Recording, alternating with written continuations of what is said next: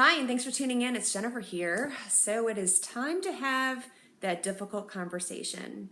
The article is about giving you some tips and tricks to prepare and gear up for that conversation.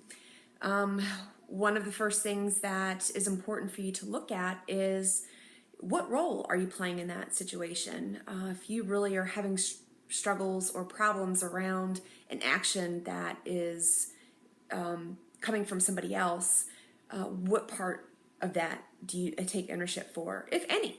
But the point being is just making sure that you're not contributing and taking part or adding to that problem prior to you really expressing your feelings about it. So that leads into just getting clear about your feelings, really asking yourself, what is it that really bothers me about this?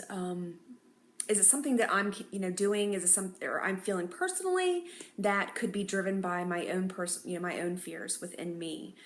Fears, also known as ego, can be evil little monsters that will create scenarios and will create discontent in our minds when we feed it.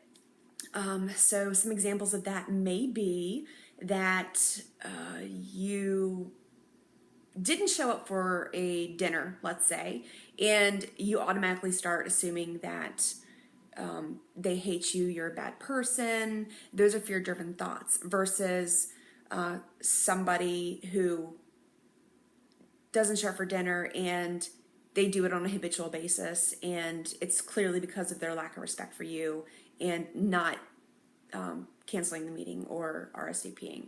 So there's some examples of fear-driven based versus actual valid feelings that are good to own.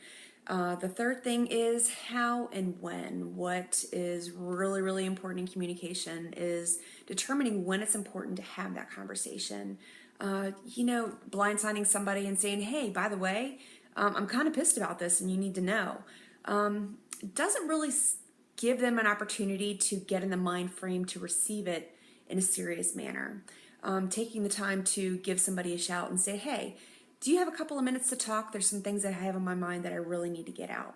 Or, I have some concerns and I really would feel good if we could talk, you could help me talk through them. So a couple of key factors, good things that help with having those difficult conversations.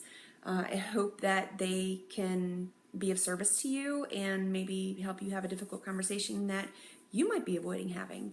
Enjoy the article and look forward to speaking to you guys next week. Thanks.